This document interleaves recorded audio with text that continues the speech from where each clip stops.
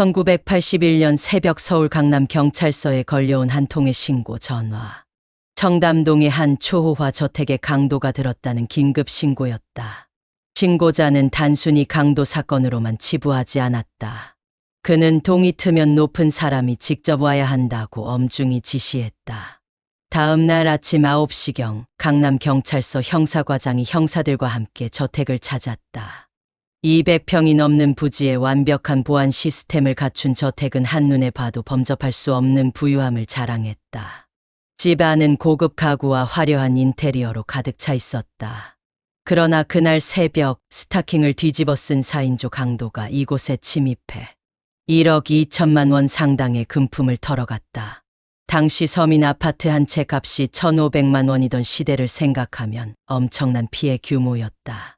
장 회장은 도난당한 물건 중에서도 최소 3천만 원 상당의 3캐럿짜리 물방울 다이아를 간절히 찾아달라고 경찰에 부탁했다. 이 다이아는 당시 우리나라에 단 하나뿐인 희귀한 보석으로 그에게 특별한 의미를 지니고 있었다. 경찰은 9개월간의 끈질긴 수사 끝에 범인들을 검거하고 잃어버린 물방울 다이아를 회수했다. 장 회장은 감격하며 형사 8명에게 각각 50만 원씩 금일봉을 나눠주는 통 큰 보답을 했다. 당시 대기업 월급이 30만 원이던 시대, 그의 보상은 경찰과 기자들에게 큰 화제가 되었다. 장 회장은 단순히 부유한 인물이 아니었다. 그는 한국 사회에서 큰 손으로 불리며 상상을 초월하는 부를 과시했다. 그의 재산은 소유한 부동산만 330만 평으로 여의도의 4.3배에 달했다. 외제차 5대를 보유하고 1년의 의상비로만 1억 원을 썼다. 조카가 결혼하면 축의금으로 1억 원을, 지인이 집을 사면 축하의 의미로 또 1억 원을 건넸다. 한 달 생활비와 접대비는 무려 3억 5천만 원으로 하루 평균 1,200만 원을 썼다고 한다. 이 초호화로운 삶은 누구나 부러워할 법했지만 장 회장의 성공 뒤에는 알려지지 않은 비밀들이 감춰져 있었다. 그리고 이 비밀은 시간이 지나며 점차 실체를 드러내기 시작한다. 1980년대 대한민국. 사채 시장이 활기를 띠던 이 시기에 혜성처럼 등장한 한 여성이 있었다. 그녀의 이름은 장영자. 사채계의 전설로 남은 그녀는 단순히 돈을 벌기 위해서가 아니라 그 뒤에 숨겨진 권력과 결합을 통해 엄청난 영향력을 발휘했다. 그리고 그 중심에는 그녀의 남편, 전설적인 군인 이철이가 있었다. 장영자는 단순한 부자가 아니었다. 그녀의 부의 원천은 바로 사채 즉 돈의 유통에 있었다고 그녀는 늘 강조했다. 1981년 당시 사채 시장의 규모는 어마어마했다. 대한민국 전체 통화량이 약 4조 원이던 시대에 그중 1조 원이 사채 시장에서 유통되고 있었다. 이는 전체 통화량의 25%에 해당하며 세금 신고조차 하지 않는 지하 경제로 불렸다. 사채 시장에는 백할머니, 광화문곰, 라이터 박과 같은 큰 손들이 자리 잡고 있었는데 어느 날 등장한 새로운 인물이 바로 장영자였다. 그녀는 특유의 카리스마로 시장을 휘어잡았고 불과 10년 만에 갑부의 자리에 올랐다. 그녀는 남다른 포부와 자신감을 가진 당시로선 보기 드문 여성이었다. 그렇다면 장영자의 성공 뒤에는 무엇이 있었을까? 바로 그녀의 남편 이철희. 두 사람의 나이 차이는 무려 21살. 이철희는 장영자에게 단순한 남편이 아니었다. 그는 그녀의 권력 기반을 다져준 결정적인 인물이었다. 이철희는 투스타 장군으로 군 복무를 마치고 육군소장으로 예편했다. 박정희 전 대통령과 육군사관학교 동기로서 중앙정보부 차장까지 오른 그는 당시 한국 정치와 군부 내에서 강력한 영향력을 발휘했다. 그는 실미도 부대 예산 및 작전 책임자였으며 일본에서 김대중을 납치한 KT공작의 총책임자였다. 중정을 떠난 뒤에는 국회의원에 당선되며 정치권에서도 입지를 다졌다. 이처럼 화려한 경력의 이철희는 장영자와 결혼하며 그녀의 삶에 결정적인 변화를 가져왔다. 장영자의 권력은 남편 이철희뿐만 아니라 가족 관계를 통해 더욱 강력해졌다. 그녀의 형부, 이규광은 원래 별다른 배경 없이 장영자의 도움을 받아 생계를 유지하던 인물이었다. 그러나 하루아침에 그의 위상은 급격히 변했다. 그 이유는 바로 이규광의 조카 사위가 대한민국의 대통령 전두환이었기 때문이다. 이규광은 전두환 대통령의 부인 이순자의 삼촌으로 이 관계를 통해 장영자의 사회적 입지는 더없이 견고해졌다. 장영자는 전 정권의 핵심 정보 요원이었던 남편과 현 정권의 대통령 가족이라는 배경을 바탕으로 정치와 사채 시장의 연결고리를 완성했다. 이러한 결합은 단순한 부를 넘어선 권력의 상징으로 자리 잡았다. 남편의 정치적 기반, 형부를 통한 정권과의 연계, 그리고 자신만의 사채 시장 지배력까지. 장영자는 단순한 사채계의 큰 손이 아니었다. 그녀는 한국 현대사에 보이지 않는 권력의 중심에 있었고, 그 영향력은 당대의 경제와 정치에 깊이 얽혀 있었다. 하지만 이 모든 것이 순탄하게 흘러갔을까? 그녀의 권력은 점차 더 큰 무언가를 향해 치닫고 있었다. 그리고 단군 이래 최대의 사기 사건인 장영자 게이트가 터진다. 장영자와 이철의 부부는 결혼 후 고급 호텔의 대화산업이라는 사무실을 차렸다. 이 회사의 직원들은 특이하게도 대부분 정부 정보부 출신이었다. 심지어 밥을 하는 아주머니마저 정보부 식당 출신이었다. 장영자는 이 특별한 인맥과 조직을 통해 사채 사업을 운영했다. 대화산업의 주요 고객은 자금난에 시달리는 기업들이었다. 장영자는 50억 원이 든 돈가방을 내밀며 시중은행 금리보다 저렴하게 돈을 빌려주겠다고 제안했다. 이 돈이 단순한 사채 자금이 아니라 정치권의 검은 돈, 즉 비자금이라고 설명했다. 비자금을 양성화해 건실한 기업을 돕겠다는 명분을 내세운 것이다. 하지만 이 돈의 출처를 의심할 여유가 없던 기업들은 장영자의 제안을 받아들였다. 대통령의 친인척이 내미는 50억 원이라는 유혹을 거절하기란 쉽지 않았다. 장영자는 돈을 빌려주는 조건으로 기업들로부터 약속 어음을 받았다. 문제는 여기서부터 시작됐다. 장영자는 빌려준 금액의 3배에 해당하는 어음을 추가로 써달라고 요구했고, 이를 담보로 보관하겠다는 명목이었다. 당시 사채 시장에서는 이런 방식이 관행으로 받아들여졌기에 기업들은 의심하지 않고 어음을 발행했다. 하지만 장영자는 이 어음을 보관하지 않았다. 그녀는 이 어음들을 사채 시장으로 가져가 2030% 할인된 가격에 팔아 현금으로 바꿨다. 속된 말로 현금깡을 한 것이다. 처음 빌려준 50억 원이 어음 할인과 유통 과정을 통해 하루아침에 120억 원으로 불어났다. 공영 토건은 그녀의 이런 수법에 넘어가 빌려준 현금의 9배에 달하는 약속 어음을 발행했다. 어음의 액수는 무려 1279억 원.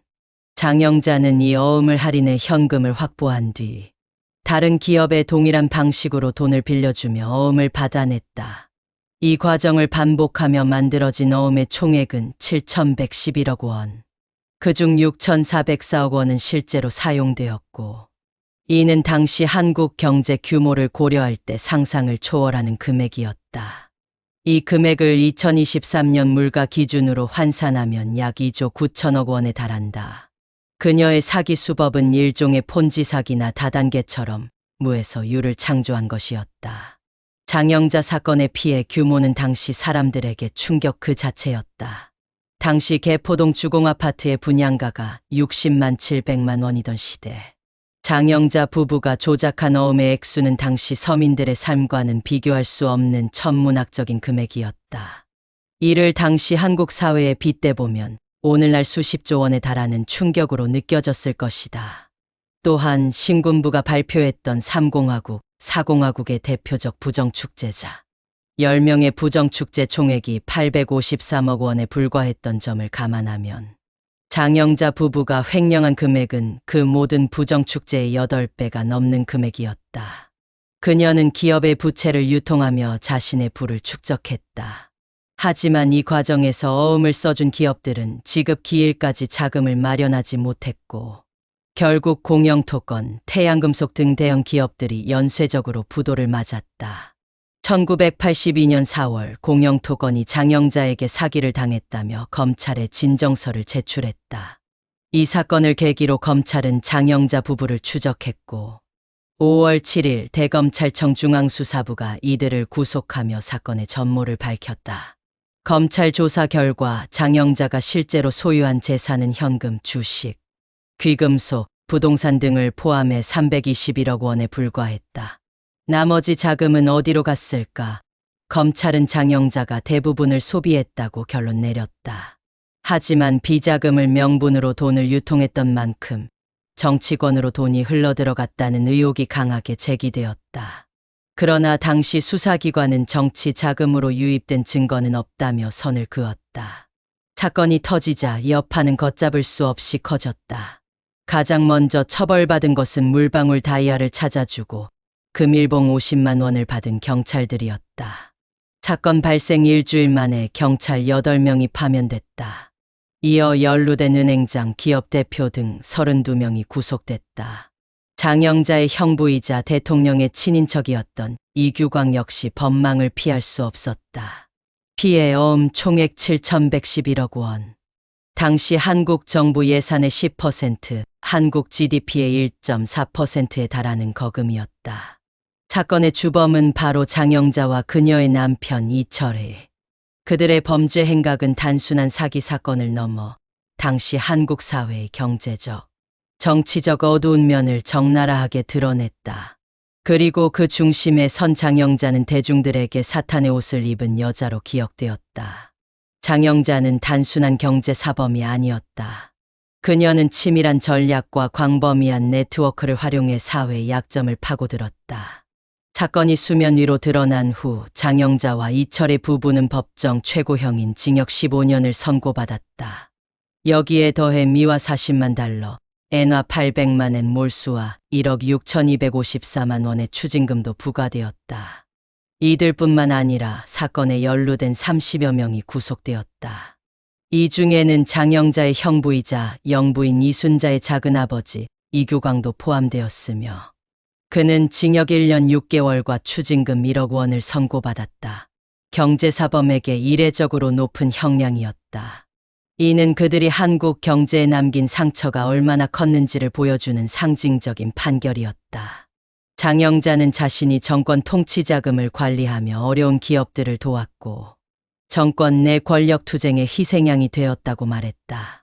그녀는 돈을 자신이 벌거나 쓴 것이 아니라 권력의 요구에 따라 자신을 통해 흘러갔다고 주장했다. 하지만 그녀의 주장은 확인하기 어려웠다. 분명한 것은 그녀의 행위로 인해 건실했던 중견기업들이 무너졌고 수많은 사람들이 피해를 입었다는 사실이다. 장영자는 첫 번째 사건으로 징역 15년형을 선고받았다. 하지만 9년 10개월 만에 가석방으로 풀려났다. 출소 후 그녀는 호화로운 삶으로 복귀했다. 그녀의 재산은 감옥에 있던 동안 1,000억대로 불어났다. 부동산 가격이 폭등한 덕분이었다. 세상을 움직이고 영향력을 행사할 수 있는 건 돈 아닙니까? 돈이 곧 언어 아니에요. 돈의 힘은 여전히 강력했다.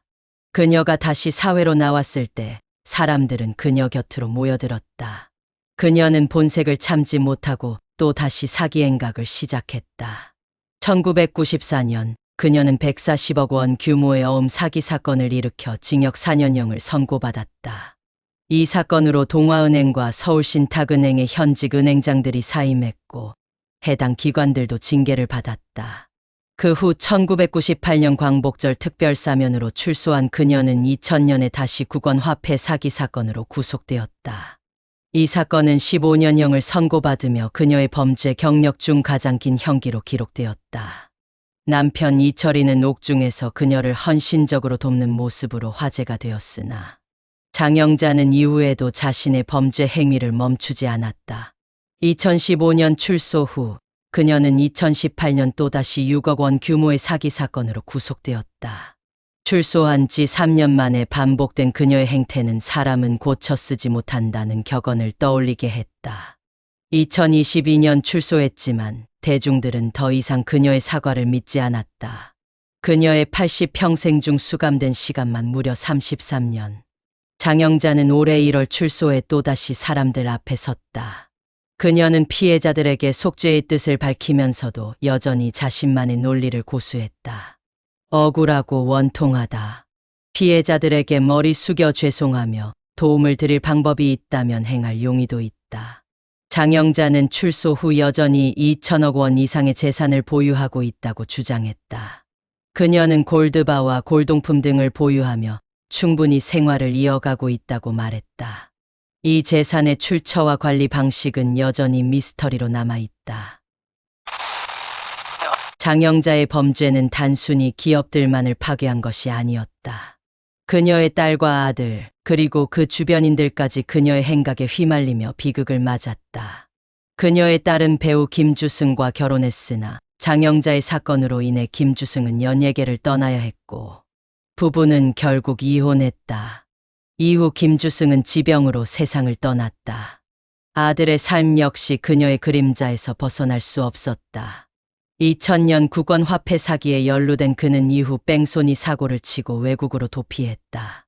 그러나 몇 년 후 희귀병에 걸려 귀국했고 과거 연인과의 사이에서 낳은 아이를 알게 되었다. 그는 죽기 전 혼인신고를 했지만 결국 병을 이기지 못하고 생을 마감했다. 그녀가 남긴 거대한 자산은 단순히 개인의 부를 넘어서 당시 금융실명제와 같은 제도적 변화를 촉발했다. 장영자의 사건은 단순한 사기 사건으로 끝나지 않았다. 그녀의 행위로 인해 차명 거래와 비자금 문제가 수면 위로 드러났다. 이로 인해 금융실명제에 대한 논의가 시작되었다. 하지만 당시 정계와 재계의 강력한 반대로 실명제는 무산되었다. 재계는 금융실명제가 경제 대란을 일으킬 것이라고 주장했고 정치권은 선거 자금을 마련하기 어렵다는 이유로 이를 거부했다. 결국 금융실명제는 김영삼 정권이 들어선 후에야 도입되었다. 장영자의 사건은 한국 경제의 어두운 이면을 드러내며 제도적 변화를 이끌어냈다. 장영자의 이야기는 단순히 한 개인의 탐욕과 사기로 끝나는 것이 아니다. 그녀는 권력과 경제의 어두운 결합, 그리고 그로 인해 무너진 수많은 기업과 사람들을 보여준다. 그녀의 주장이 사실이든 아니든 분명한 것은 그녀가 한국 사회에 남긴 상처와 의문은 여전히 현재 진행형이라는 것이다. 장영자의 이야기는 탐욕과 부패가 가져오는 파멸에 대한 경고로 한국 현대사의 교훈으로 남아있다.